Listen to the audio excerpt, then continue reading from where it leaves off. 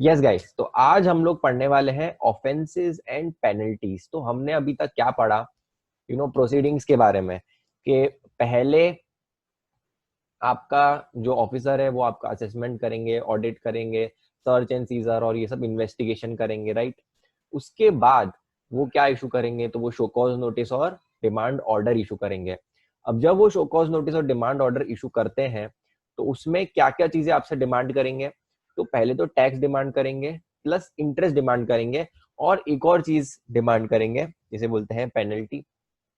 ठीक है, हमने सेक्शन 73 और 74 भी पढ़ा था, अगर आपको याद हो तो।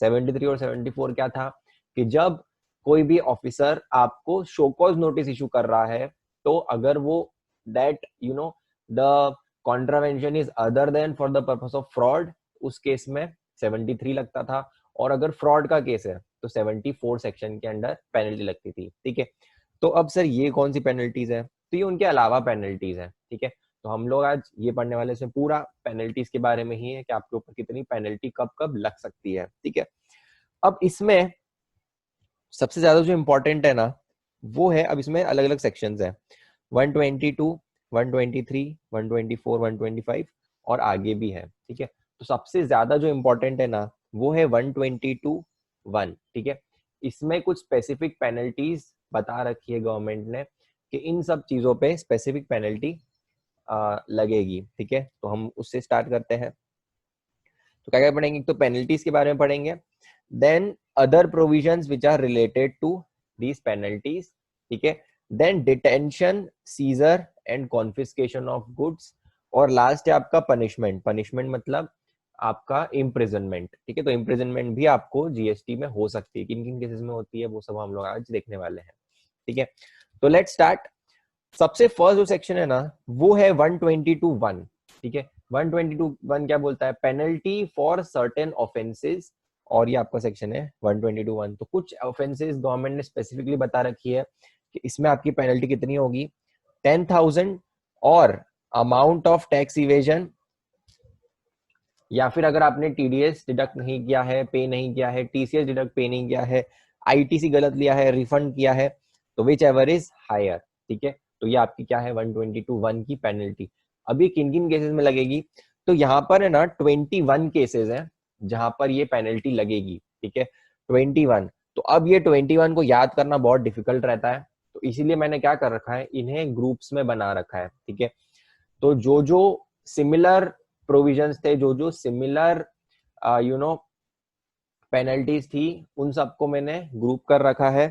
तो ग्रुप कैसे कर रखा है, तो मैंने सीक्वेंशियली कर रखा है कि जैसे फॉर एग्जांपल अगर आप फर्स्ट टाइम जब आपको जीएसटी में आना ही है, तो सबसे पहले आप क्या करोगे, सबसे पहले आप रजिस्ट्रेशन लोगे।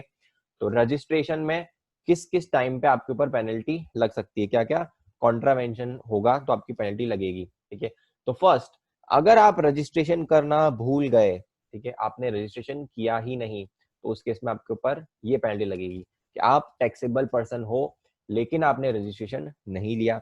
देन अगर आपने रजिस्ट्रेशन लिया है विथ फॉल्स इंफॉर्मेशन, गलत इंफॉर्मेशन देके आपने रजिस्ट्रेशन लिया है, तो भी आपके ऊपर ये वाली स्पेसिफिक पेनल्टी लगेगी। ठीक है, इनवॉइस के केस में सेकंड, जब जैसे रजिस्ट्रेशन हो जाएगा उसके बाद आप, तो ये जो सब है ना, ये आपको सिर्फ अंदर के पॉइंट्स याद रखने के लिए करना है, इसीलिए मैंने इसको ग्रे कर रखा है। मतलब आपको ये याद नहीं रखना है, ये आपको एग्जाम में नहीं लिखना है, ये सिर्फ एक क्लासिफिकेशन है। ठीक है, ये आपको सिर्फ हेल्प करेगा याद रखने के लिए। आपको लिखना क्या है, पॉइंट्स मेन अंदर एग्जाम के, लिखना भी क्या है, आपको देखना है कि इनमें से कोई पॉइंट आ रहा है क्या, तो आपको उस हिसाब से पेनल्टी लगानी है। ठीक है, फिर अगर इनवॉइस, जैसे आपका रजिस्ट्रेशन हो गया, सेकंड चीज आप क्या करोगे, इनवॉइस इशू करोगे।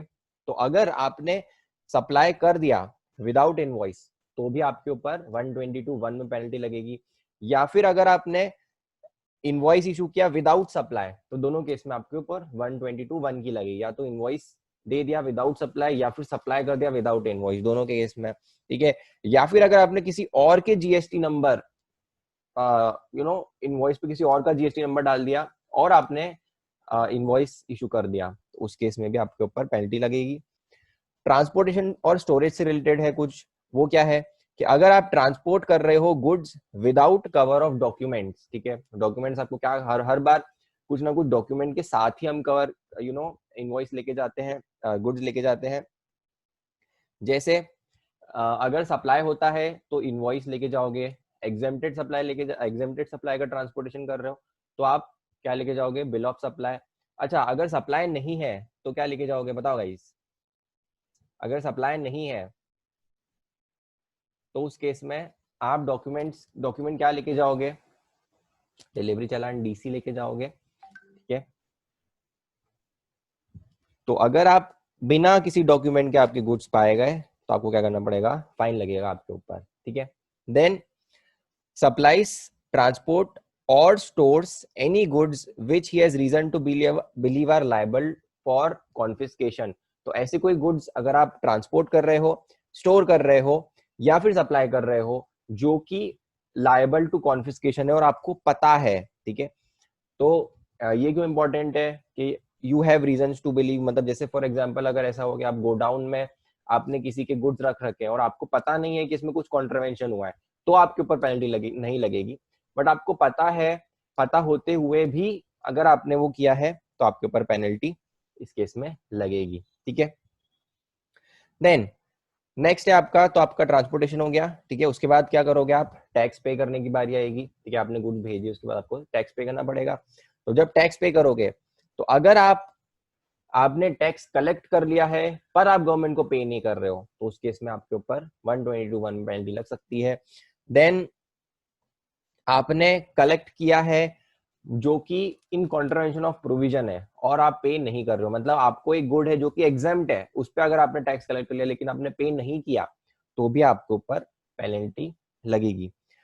अगर आप टीडीएस डिडक्ट करने में फेल हो गए या फिर टीसीएस कलेक्ट करने में फेल हो गए तो भी आपके ऊपर इस सेक्शन पेनल्टी लगेगी।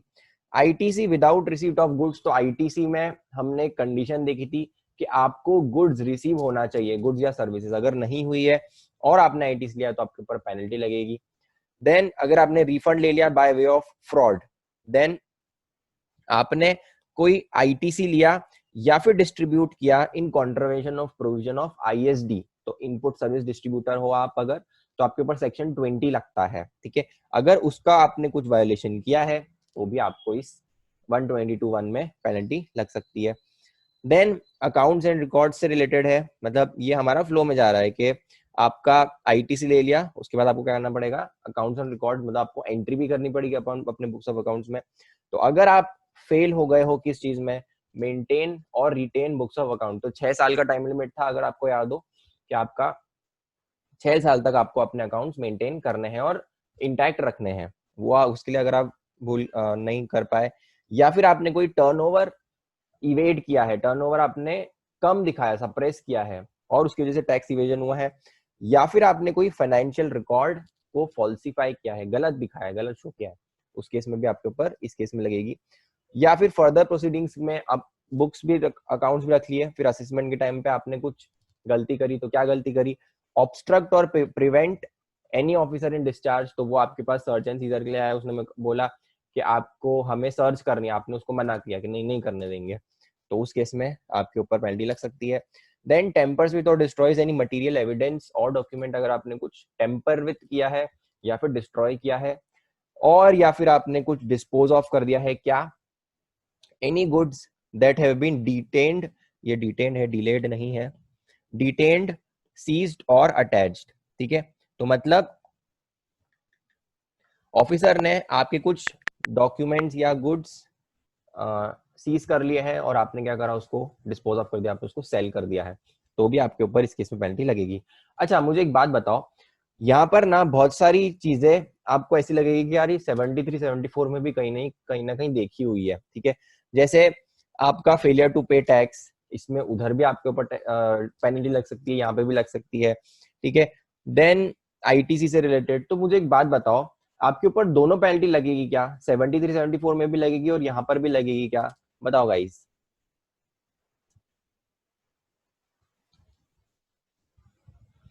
सब लोग बोल रहे हैं नहीं, तो देखो, हाँ आपको याद होगा 73 में हमने एक लास्ट, हाँ हमने एक लास्ट में एक 73 12 या 13 सबसेक्शन है, उसमें लास्ट में सबसे लास्ट सबसेक्शन है वहां का, वहां पर क्या था, 75 का, इनफैक्ट 75 का है, उसमें क्या था, हाँ तो उसमें क्या था कि आपको अगर कोई दूसरे, अगर 73 या 74 में कोई पेनल्टी लगी हुई है तो वो आपकी कब नहीं लगेगी, वो अदरवाइज किसी, अगर आपकी 73 74 में एक पेनल्टी लग गई है ना, तो सेम ऑफेंस के लिए आपको दूसरी पेनल्टी किसी और सेक्शन में नहीं लगेगी। तो हमेशा 73 and 74 will prevail over this and all other sections, ठीक है। तो 73 74 अगर आपके ऊपर शो कॉज नोटिस इशू हो गया है तो वापस से आपके ऊपर इस इस सेक्शन में पेनल्टी नहीं लगेगी, ठीक है। तो ये कौन सी हो गई आपकी पेनल्टी फॉर सर्टेन ऑफेंसेस, और पेनल्टी कितनी है, 10,000 और amount of tax evasion which ever is higher, ठीक है। ये आपकी होगी स्पेसिफिक पेनल्टी, ठीक है। इसके अलावा अगर पेनल्टी है, ठीक है, इसके अलावा कोई ऑफेंस है, मतलब कौन सी ऑफेंस, ठीक है, तो 122 में ही है हम अभी भी, ऑफेंस रिलेटेड टू टैक्स और आईटीसी, ठीक है। तो एक सेकंड, ये बहुत लैग हो रहा है, जस्ट गिव मी 1 सेकेंड।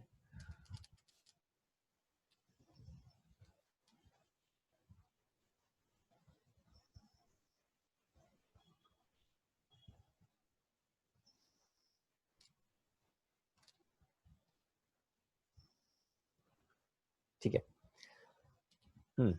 तो अगर फ्रॉड के अलावा है, अदर देन फ्रॉड है, तो क्या, 10,000 और 10% of the tax amount which ever is high, और अगर फ्रॉड का केस है तो 10,000 और टैक्स अमाउंट ड्यू, मतलब 100% पेनल्टी, ठीक है, विच एवर इज हायर, ठीक है। तो अगर आपका किससे रिलेटेड है, टैक्स से रिलेटेड है या आईटीसी से रिलेटेड है, अदर देन स्पेसिफिक, ठीक है, मतलब ये वाली इसके अलावा, स्पेसिफिक में तो आपको स्पेसिफिक पे ही लगेगी। तो हमेशा एक एक लॉ ऑफ इंटरप्रिटेशन भी होता है, रूल ऑफ इंटरप्रिटेशन भी होता है कि अगर किसी चीज के लिए स्पेसिफिकली प्रोवाइड फॉर कर रखा है तो आप फिर उसको जनरल में नहीं लेके नहीं जाओगे, ठीक है। तो अगर कुछ स्पेसिफिक ऑफेंस है तो वो आपकी कहाँ पे जाएगी, वो जाएगी आपकी 122(1) में। उसके अलावा अगर कुछ है किससे रिलेटेड, टैक्स या आईटीसी से रिलेटेड, तो वो आपकी कहां पर जाएगी, वो आपकी जाएगी 122(2) में, ठीक है। देन 122(3) जो है वो भी स्पेसिफिक ऑफेंसेस बताता है।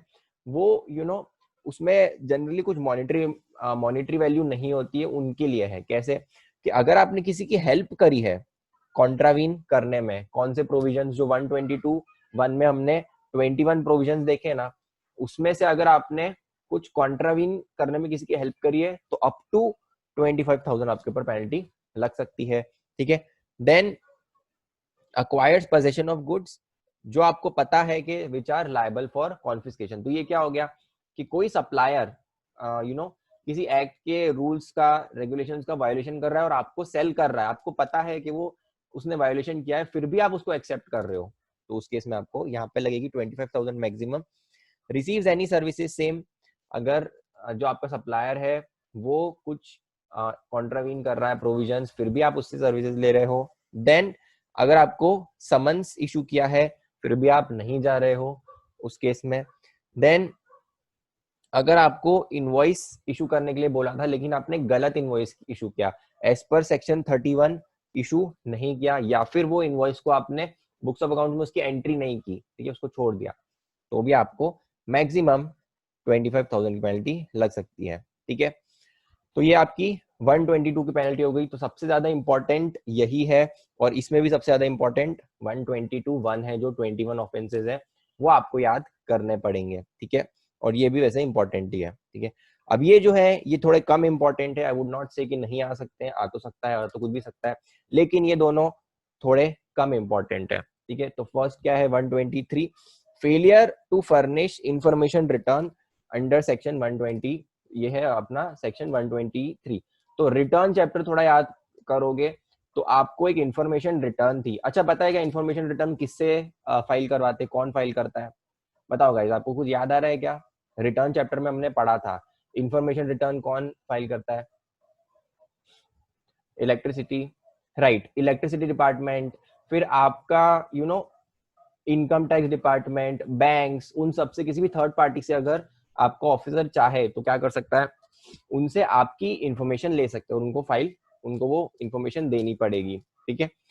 तो उस केस में क्या है, अगर उन्होंने नहीं दी तो ये पेनल्टी भी हमने देखी थी कि इसमें पेनल्टी कितनी लगती थी 100 पर डे और 5000 विच एवर इज लोअर। तो मैक्सिमम पेनल्टी कितनी लग सकती है 5000 की मैक्सिमम पेनल्टी लग सकती है, ठीक है। Then failure to furnish statistics. अब बहुत सारी स्टैटिस्टिकल एजेंसीज होती है जो कि सर्वेस करती है, स्टैटिस्टिक्स निकालती है, मे बी गवर्नमेंट एजेंसीज या पब्लिक प्राइवेट एजेंसीज। तो उनके ऊपर भी रेगुलेशन है, उनके ऊपर भी जीएसटी ऑफिसर का राइट है कि वो भी उनसे इंफॉर्मेशन फर्निश करवा सकते हैं।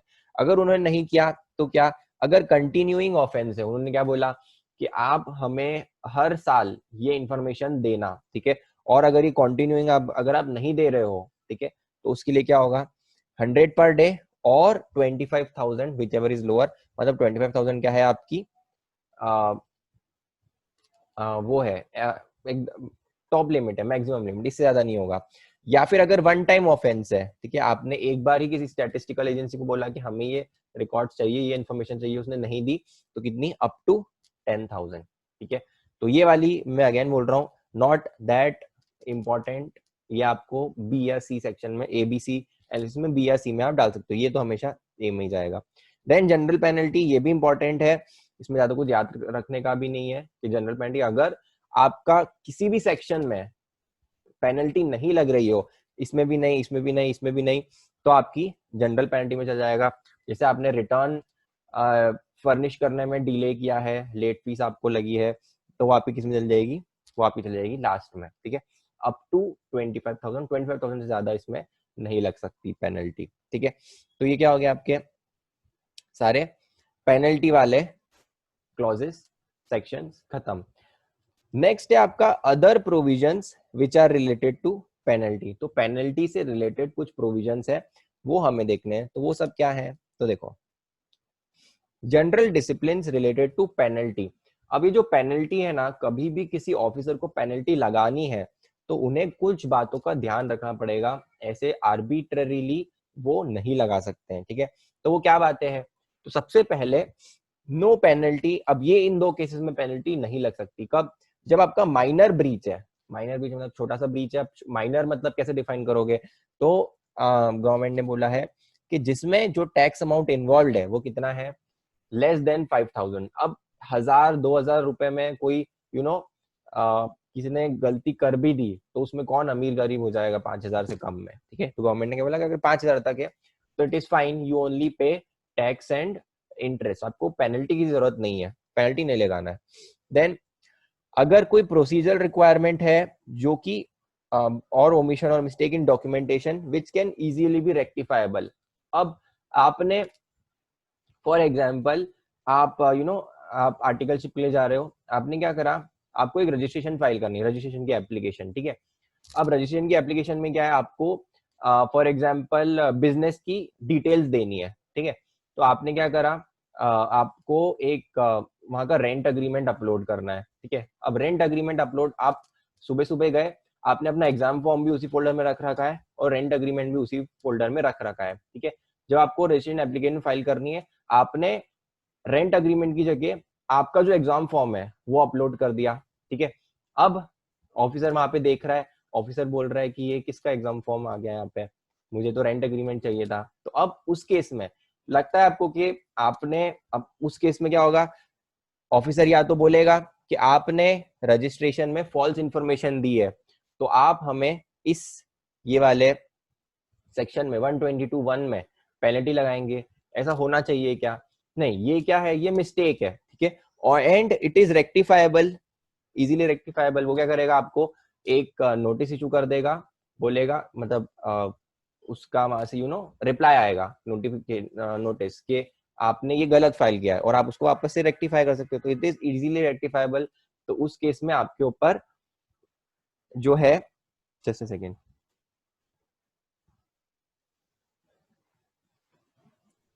हाँ, तो उस केस में आपके ऊपर पेनल्टी नहीं लगेगी, ठीक है। तो माइनर ब्रीच और procedure requirement which is easily rectifiable, उसमें आपको नहीं लगेगी, ठीक है। Then penalty shall depend on circumstances of each cases, हर केस में आपको अलग अलग देखना पड़ेगा। Then opportunity of being heard देना पड़ेगा पेनल्टी लगाने से पहले। देन आपको बताना पड़ेगा कि ब्रीच क्या है और किस रेगुलेशन के अंडर पेनल्टी लग रही है, 122 1 में लग रही है, 2 में लग रही है, 3 में लग रही है, 123 4 5 किस सेक्शन में लग रही है वो भी आपको बताना पड़ेगा। देन अगर कोई पर्सन वॉलेंटरीली बता देता है कि हाँ ये ब्रीच हुआ है, तो फिर ऑफिसर को उसके साथ थोड़ी लीनियंसी रखनी पड़ेगी। ऐसा नहीं कि उसके बाद भी आप उसको उतना ही पेनल्टी लगा रहे हो जितना आप पहले सोच रहे थे, ठीक है। देन अगर ये वाले प्रोविजंस कब नहीं लगेंगे, ये वाले प्रोविजंस तब नहीं लगेंगे जब किसी में फिक्स्ड पेनल्टी दे रखी है, ठीक है। तो अगर आपको बोल रखा है कि फिक्स्ड, जैसे 122 1 में फिक्स पेनल्टी है कि इतना ही लगने वाला है, तो उस केस में फिर अगर सामने वाला खुद ही डिस्क्लोज कर रहा है तो भी आपको पेनल्टी जो है वो उतनी ही लगेगी, उस केस में लीनियंसी नहीं होगी, ठीक है।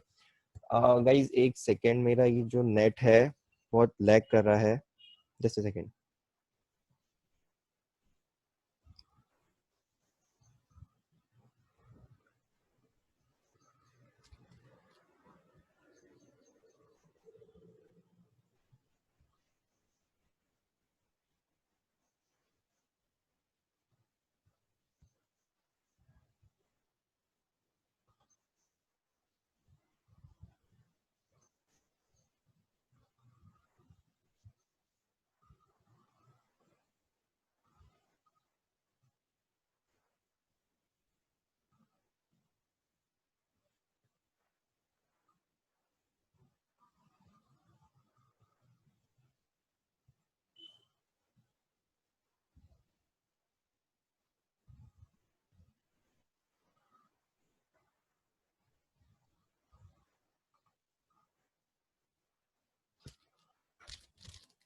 ओके, ठीक है।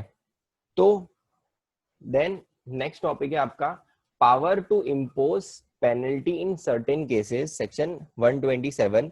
अब ऑफिसर अब हर जगह स्पेसिफिक पेनल्टी बता रखी है, ये किसको लगेगी, ये किसको लगेगी, लेकिन इसके बाद भी अगर कोई बच जाता है जिसके ऊपर पेनल्टी नहीं इस सेक्शन में, इस लॉ में नहीं दिख रही है, तो गवर्नमेंट ने क्या बोला कि अगर इसके अलावा भी, तो हमने वैसे सारे सबको कवर कर लिया है, सारे पर्सन्स को, फिर भी इनके अलावा भी, ये सब सेक्शंस के अलावा भी अगर कोई बच जाता है तो प्रॉपर ऑफिसर इशू कर सकता है ऑर्डर और पेनल्टी लगा सकता है, ठीक है। तो ये सब सेक्शंस में तो ऑलरेडी पेनल्टी है, इनके अलावा भी अगर कुछ बच जाता है और प्रॉपर ऑफिसर को लग रहा है पेनल्टी लगाना इज इम्पोर्टेंट, वो पेनल्टी लगा सकते हैं। Then power to waive penalty और फीस और बोथ, तो गवर्नमेंट के पास पावर है कि वो पेनल्टी या फीस को वेव कर सकती है, इधर इन पार्ट और फुली। तो आपने देखा होगा जैसे रिटर्न फाइलिंग के लिए जो लेट फीस है वो बहुत बार गवर्नमेंट क्या करती है, 100 पर डे है वैसे तो, उसको 25 पर डे कर देती है, ठीक है। तो वो सब क्या है, वो गवर्नमेंट के पास पावर है कि वो वेव या पार्टली या फुली वेव कर सकती है पेनल्टी, ठीक है। तो अभी हमारा पेनल्टी वाला सेक्शन पूरा कंप्लीट हो गया है। अब हम लोग जा रहे हैं detention, search, seizure and release of goods, ठीक है, and conveyance and in transit, ठीक है। तो अगर आपका कुछ कन्वेयंस या फिर कुछ गुड्स इन ट्रांजिट है और अगर किसी इंस्पेक्टर ने आपका गुड्स को इंस्पेक्ट किया है और उसको अगर डिटेन सीज कर लिया है या फिर आपका कन्वेंस डिटेन सीज कर लिया है, तो उस केस में क्या क्या प्रोविजंस लगेंगे, ठीक है। तो उस केस में क्या होगा कि आपके जो गुड्स हैं और कन्वेंस हैं वो रिलीज हो जाएंगे कब, अगर आप एज अ ओनर उनके सामने चले जाते हो, आप बता देते हो कि हाँ ठीक है मैं ओनर हूँ। जैसे फॉर एग्जांपल आप महाराष्ट्र में हो, आपके गुड्स महाराष्ट्र से जा रहे हैं दिल्ली, ठीक है। अब जो ट्रक ड्राइवर है उसको जीएसटी ऑफिसर्स ने पकड़ लिया, ठीक है, और कुछ कॉन्ट्रावेंशन है प्रोविजन का, ठीक है, मे बी इनवॉइस नहीं है या फिर ई वे बिल की वैलिडिटी खत्म हो गई किसी भी प्रोविजन के हिसाब से, ठीक है।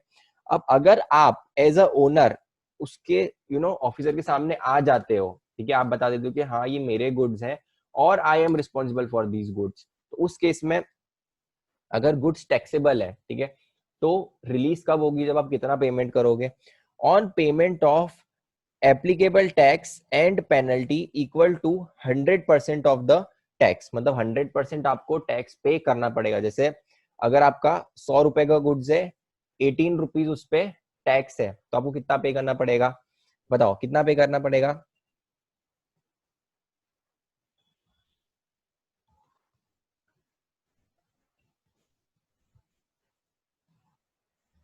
विपुल इज सेइंग 18, बाकी लोग? तो देखो, आपको सबसे पहले तो 18 पे करना है, प्लस 18 रुपीज पेनल्टी भी पे करनी है, तो ये दोनों आपको पे करना पड़ेगा।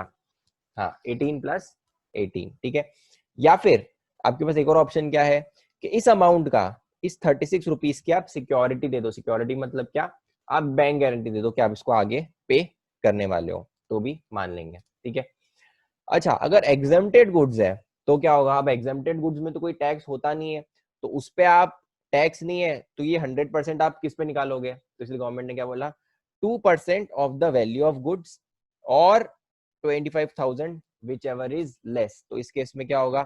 इस केस में इस 100 का आप 2% निकालोगे, ठीक है, तो आपका 2 रुपीज और 25,000 विच एवर इज लेस, तो उतना आपको पेनल्टी पे करनी पड़ेगी, ठीक है। और furnishing of security which ever is, इन दोनों में से आप कुछ भी कर सकते हो, ठीक है। तो या तो आप पेमेंट कर दो या सिक्योरिटी फर्निश कर दो इस 2 रुपए के लिए, ठीक है। अच्छा, अगर आप चाहते हो कि नहीं, मुझे तो वापस मुझे मुझे जीएसटी ऑफिसर के सामने नहीं आना है, मैं आऊंगा तो 50 दूसरे सवाल पूछेंगे, हो सकता है मेरा ऑडिट करवा दे, ठीक है। तो इसलिए उस केस में क्या करोगे? अगर आप उनके सामने नहीं आ रहे हो, आपने ट्रक ड्राइवर को ही बोल दिया कि तू रफा दफा कर, जितने पैसे चाहिए तुझे उतने ले ले, बट मुझे तो सामने नहीं आना है, तो उस केस में क्या होगा? अगर टैक्सेबल गुड्स है, ठीक है, तो क्या होगा? On payment of applicable tax and penalty equal to 50% of the value of the goods, ठीक है। यहाँ पे क्या था आपका? 100% of the tax amount penalty थी, यहाँ पे पेनल्टी कितनी है? 50% of the value of the goods as reduced by the tax payable. अब इसका मतलब क्या हुआ? तो देखो, ये वाला एग्जांपल लेते हैं। 100 रुपीज आपकी वैल्यू ऑफ द गुड्स था, 18 रुपीज आपको टैक्स पेबल था, ठीक है। अब इसका 50%, वैल्यू ऑफ द गुड्स का 50% करेंगे तो कितना हो गया? 50 रुपीज, ठीक है। अब इसमें से ये जो 18 रुपीज है, ये तो आपका टैक्स है, ठीक है, ये तो आपको पे करना ही है, कुछ भी हो जाए टैक्स तो आपको पे करना ही है। अब बचा हुआ जो है, गवर्नमेंट ने क्या बोला कि हमें गुड्स की 50% की वैल्यू चाहिए, अब तुम टैक्स से दो या पेनल्टी से दो, जो जितना बच रहा है आपका, तो -18 कर दिया, 32, ये क्या हो जाएगी आपकी पेनल्टी, ठीक है। तो गवर्नमेंट को क्या चाहिए? In short 50% of the value of the goods चाहिए, आप 18 रुपीज उसमें से एज ए टैक्स पे कर दो और बाकी 32 रुपीज एज पेनल्टी पे कर दो, ठीक है। तो ये आपका इसमें हो जाता है। या फिर ये जो ऊपर अमाउंट है, ठीक है, 18 + 32, इसकी क्या करोगे आप? इसकी श्योरिटी दे दो, ठीक है, सिक्योरिटी।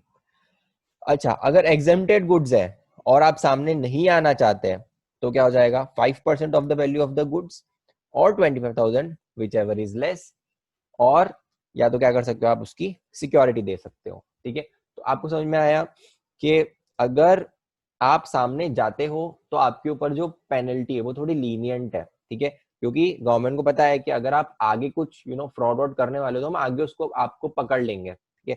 लेकिन इस केस में क्या है? इस केस में आपको पता ही नहीं है कि फ्रॉड किया किसने है, तो आपके पास एक लास्ट चांस है कि जितना वसूल कर सकते हो कर लो, क्योंकि उसके बाद आपको पता नहीं चलेगा कि ये किसके गुड्स थे, तो इसलिए आपके ऊपर ज्यादा पेनल्टी लगेगी, ठीक है। ये क्या है आपका?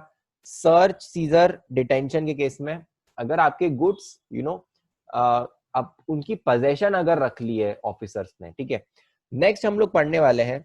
अच्छा, एक और, अगर आप फेल हो जाते हो पेनल्टी पे करने के लिए, कितने? विद इन 14 डेज में, ठीक है। 14 डेज में अगर आप फेल हो जाते हो तो उस केस में क्या होगा? आपका नेक्स्ट वाली ये कॉन्फिस्केशन की प्रोसीडिंग स्टार्ट हो जाएगी। कॉन्फिस्केशन मतलब क्या? तो डिटेंशन सर्च इज, डिटेंशन और सीजर में क्या करा? आपकी पोजेशन ले ली, लेकिन अभी भी जो टाइटल ऑफ द गुड्स है ना, वो आपके पास ही है, वो डिफॉल्टर के पास ही है। अगर 14 डेज में आपने उसकी पेनल्टी पे नहीं करी तो क्या हो जाएगा? उसकी जो ओनरशिप है वो किसको ट्रांसफर हो जाएगी? वो गवर्नमेंट को ट्रांसफर हो जाएगी, ठीक है। तो कॉन्फिस्केट हो जाएंगे गुड्स। कॉन्फिस्केट मतलब क्या? ओनरशिप भी ट्रांसफर हो गई, ठीक है, वो गवर्नमेंट के पास चली गई, वो गवर्नमेंट के गुड्स, ठीक है। अब वो कब होगा? इफ एनी पर्सन, अब इसमें केसेस दे रखे हैं कि कब कब होगा। इफ एनी पर्सन सप्लाईज और receives any goods in contravention of provisions, ठीक है। तो अगर आपने कुछ प्रोविजन कॉन्ट्रावीन करके सप्लाई किया है या फिर रिसीव किया है और आपको पता है कि कॉन्ट्रावेंशन है उस गुड्स से रिलेटेड, तब does not account for any goods, ठीक है। कुछ गुड्स हैं जो आपने आपकी गोडाउन में पड़े हुए हैं लेकिन आपके बुक्स ऑफ अकाउंट्स में नहीं है, आपने उसको जीएसटी में भी नहीं दिखा रखा है।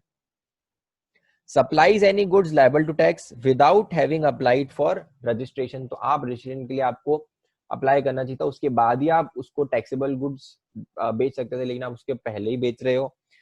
कॉन्ट्रावीन्स any provision of this act with an intention to evade payment of tax, या फिर अगर आपने कुछ कन्वेंस यूज किया है for carriage of goods in contravention of provisions, तो उस केस में क्या होगा, वो जो सारे गुड्स हैं वो भी और जो आपका कन्वेंस है that shall be liable to confiscation and shall be liable to penalty under section 122, ठीक है।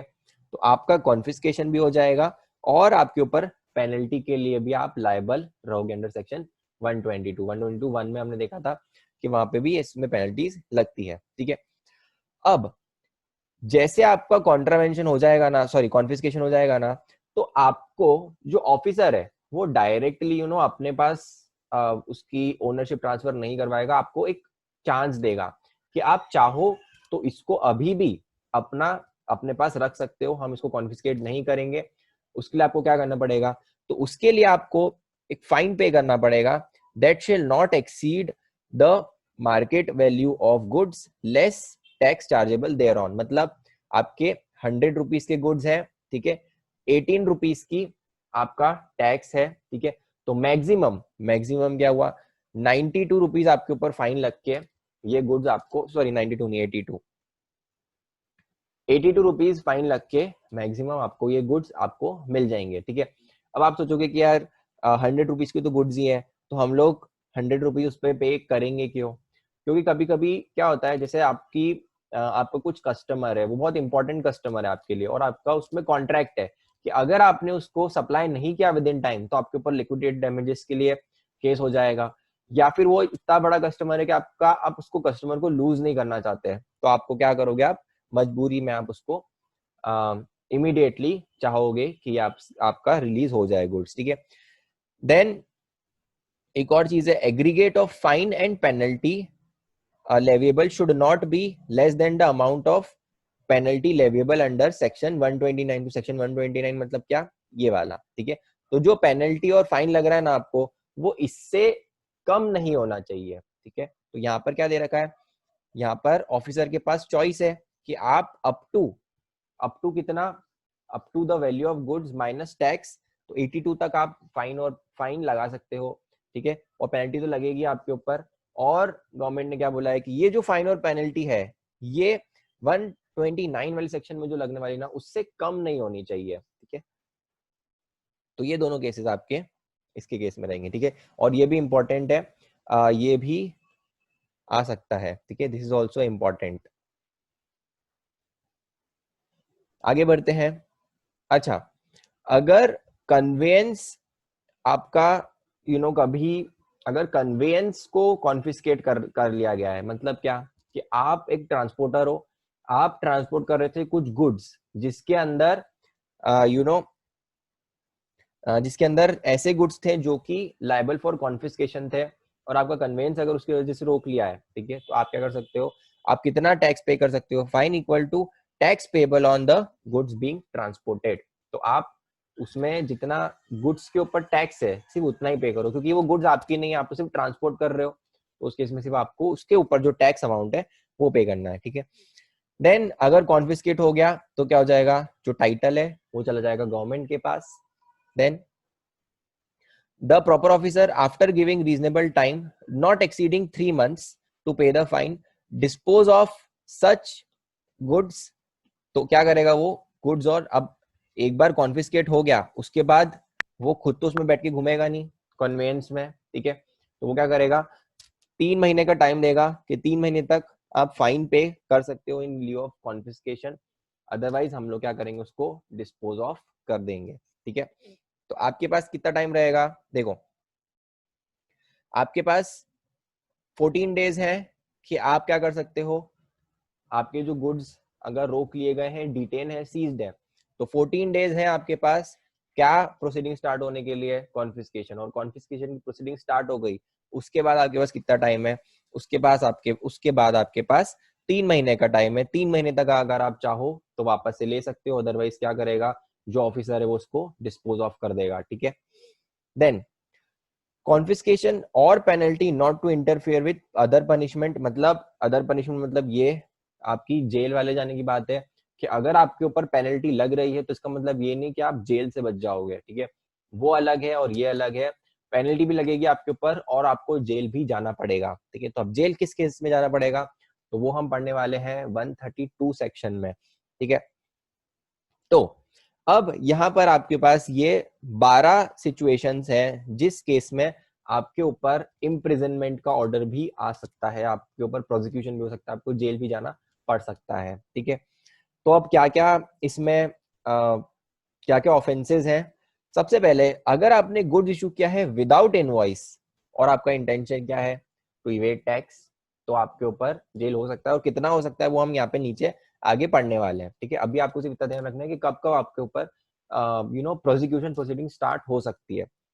देन अगर आपने इशू किया invoice without supply of goods या फिर रॉन्गफुल अवेलमेंट, मतलब सामने वाले को रॉन्गफुल क्रेडिट देने के लिए आपने फेक इनवॉइसेस अगर इशू करें तो भी।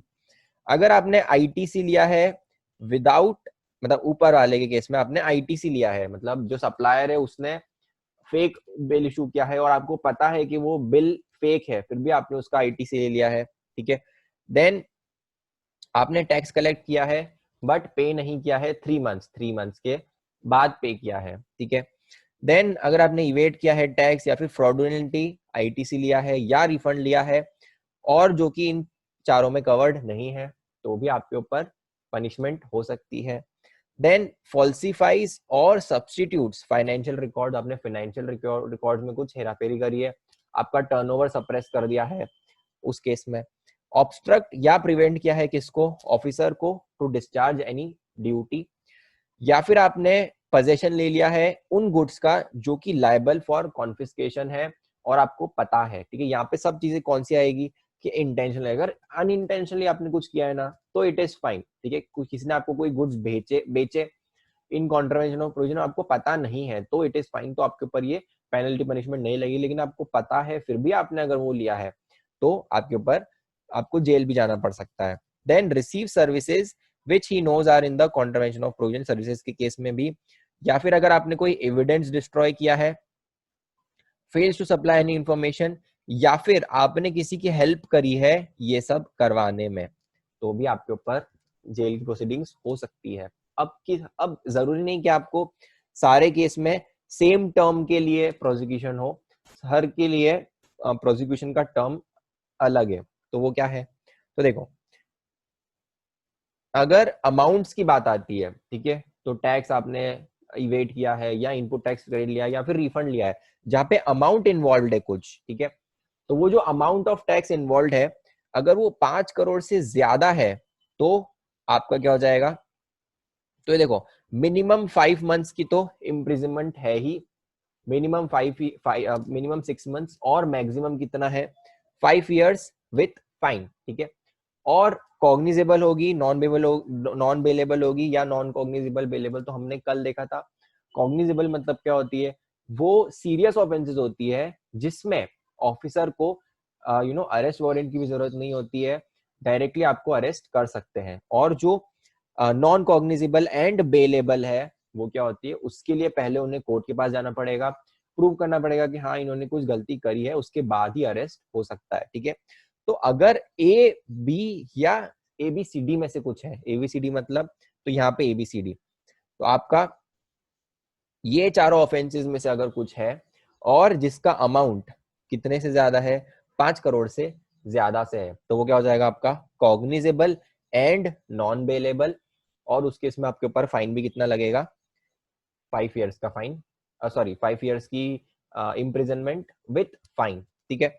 और अगर 2 करोड़ से ज्यादा है बट 5 से कम है तो 3 years इज फाइन, और बाकी सारी जो ऑफेंसेस रहेगी ना ये सब क्या होगी, नॉन कॉग्निजेबल एंड बेलेबल, ठीक है। इसके लिए डायरेक्टली आपको सिर्फ एक ही केस है जब डायरेक्टली आपको अरेस्ट कर सकते हैं विदाउट अरेस्ट वारंट, और आपको बेल भी नहीं मिलेगी, ठीक है। बाकी सारे केसेस में आपका नॉन कॉग्निजेबल एंड बेलेबल है, ठीक है, और ये अलग अलग आपके टर्म्स है, ठीक है। तो ये वाले जो वो केसेस है जिसमें आपका अमाउंट इन्वॉल्व नहीं है, तो उस केस में क्या होगा, 6 months और फाइन और बोथ। अच्छा, अगर इन सब में से ही कोई ऑफेंस आपने रिपीट करी है, ठीक है, सेकेंड टाइम की है, तो उसमें फिर अमाउंट की तो कोई बात ही नहीं आएगी, हम आपको 5 साल विथ फाइन कंपल्सरीली आपको कर देंगे। मतलब ये मैक्सिमम है, मिनिमम 6, मैक्सिमम 5 और विदाउट एनी लिमिट, ठीक है। और ये टैक्स, मतलब जो टैक्स है उसमें सारे सारे टैक्सेस मिला के कैलकुलेट करेंगे, ये वाली जो लिमिट है, ठीक है। तो ये आपका क्या हो गया कि आपको कब कब पनिशमेंट हो सकती है। Subsequent offences related to A and D then cognizable. तो अगर आपकी इस केस में वापस से फॉलो हो रही है तो है ही, क्योंकि आपका देखो ये दोनों जो केस है ना ये सेम ही तो है, इसमें जो पेनल्टी है वो सेम ही है। हाँ, तो ये अगर सेम इसमें कर रहे हैं ना तो ये कॉग्निजेबल एंड नॉन बेलेबल ही हो गया, अगर सब्सिक्वेंट ऑफेंस आपने करी है तो ए बी सी डी में, ठीक है। Then liability of officers and certain officers other persons, मतलब सर्टेन अदर पर्सन, मतलब कभी कभी क्या होता है कि जो ऑफिसर्स हैं उनको भी इम्प्रिजनमेंट हो सकती है, फाइन लग सकता है। कब, अगर उन्होंने कुछ कॉन्फिडेंशियल डेटा डिस्क्लोज किया है। अब ये जो डेटा होता है ना बहुत कॉन्फिडेंशियल होता है, मतलब क्यों कॉन्फिडेंशियल होता है, जैसे जब आप रिटर्न फाइल कर रहे हो तो आप जीएसटी नंबर शो करते हो अपने कस्टमर्स का, ठीक है, और कस्टमर्स हमेशा सारी कंपनीज के लिए बहुत एक सीक्रेटिव डेटा होता है, वो नहीं चाहते कि उनके कॉम्पिटिटर को पता चले कि उनका कस्टमर कौन है, क्योंकि फिर कॉम्पिटिटर उनको पिच करने का ट्राई करते हैं, ठीक है। तो इसीलिए अगर आप एक ऑफिसर हो, आपके पास रिटर्न है, आपके जुरिस्डिक्शन, आपका जुरिस्डिक्शन है, आपके पास एक टैक्स पेयर की रिटर्न है, उसमें उसका जीएसटी नंबर रहेगा कस्टमर्स का, तो जीएसटी नंबर से आप सर्च कर सकते हो इजीली कि कस्टमर कौन है। अगर आपने वो इन्फॉर्मेशन, कॉन्फिडेंशियल इन्फॉर्मेशन किसी को लीक करी, किसी को दिया है, तो उस केस में आपको फाइन लग सकता है, इम्प्रिजनमेंट भी हो सकती है। बट अगर आपने इन एग्जीक्यूशन ऑफ ड्यूटीज करी है, मतलब आपको कमिश्नर ने बोला कि आप मुझे बताओगे कस्टमर्स कौन है, तो आप बता रहे हो तो कोई दिक्कत नहीं है, ठीक है। उस केस में आप नहीं बोलोगे कमिश्नर को कि नहीं आप तो मुझे अभी पूछोगे, कल मुझे जेल में डाल दोगे, ठीक है। तो अगर आप अपनी एग्जीक्यूशन ऑफ ड्यूटीज के लिए कर रहे हो तो इट इज फाइन, या फिर अगर प्रोसिक्यूशन ऑफ एन ऑफेंस के लिए आप कर रहे हो तो भी इट इज फाइन। इसके अलावा अगर आपने कुछ कॉन्फिडेंशियल इन्फॉर्मेशन दी है तो आपको अप टू 6 months की जेल हो सकती है, और फाइन कितना हो सकता है, 25,000 और बोथ, ठीक है, ये दोनों आपके ऊपर लग सकता है।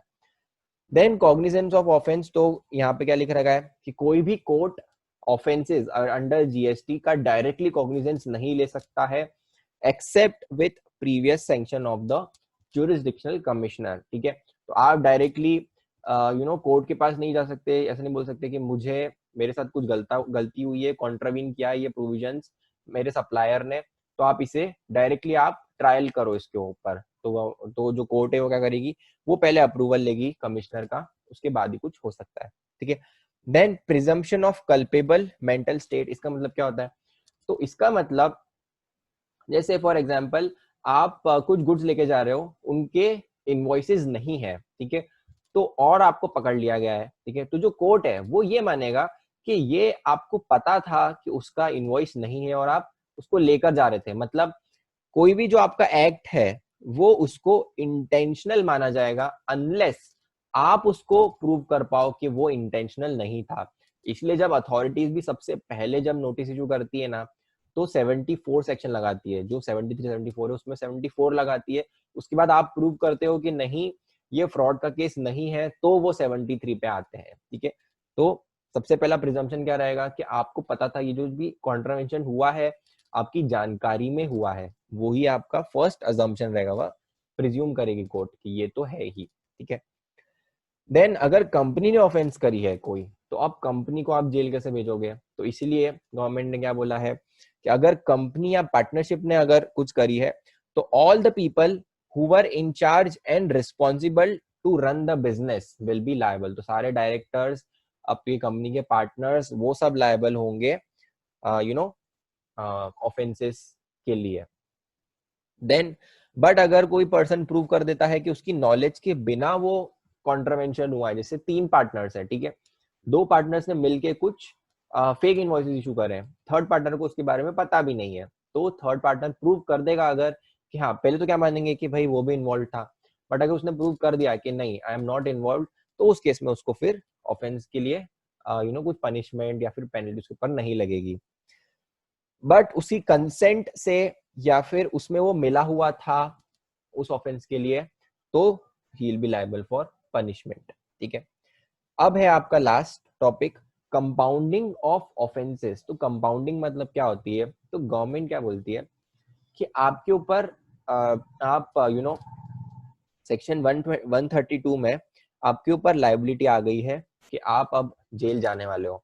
अब आपके ऊपर ऑप्शन है कि आप क्या कर सकते हो, आप अपना जेल का टर्म खत्म करवा के उसकी जगह कुछ एक्स्ट्रा पेनल्टी पे कर सकते हो। मतलब ये जो पेनल्टी रहेगी ना, कंपाउंडिंग वाली पेनल्टी, ये over and above normal penalty रहेगी, तो वो तो आपको पे करना ही है जो पेनल्टी ऑर्डर में दी हुई है। प्लस आपको अगर अपनी ऑफेंस से बचना है तो आपको एक फीस पे करनी पड़ेगी। तो वो क्या होगी, तो देखो, instead of prosecution defaulter can pay an amount.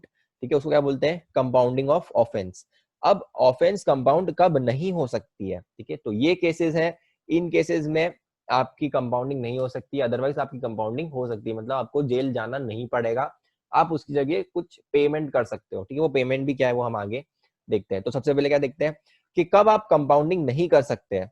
तो अगर आपने किसी की हेल्प करी है ऑफेंसेस करने में from A to F, A to F कौन सा, ये आपका 132 वाला ही ए टू एफ है, और उसके लिए कंपाउंडिंग पहले एक बार आप करवा चुके हो, ठीक है, तो आपने एक बार पहले ही पेमेंट कर दिया है, आप बच चुके हो एक बार प्रोसिक्यूशन से, वापस से आपने चीज वापस से रिपीट करी है, तो उस केस में आपको कंपाउंडिंग का बेनिफिट नहीं मिलेगा, आपको जेल जाना ही पड़ेगा। देन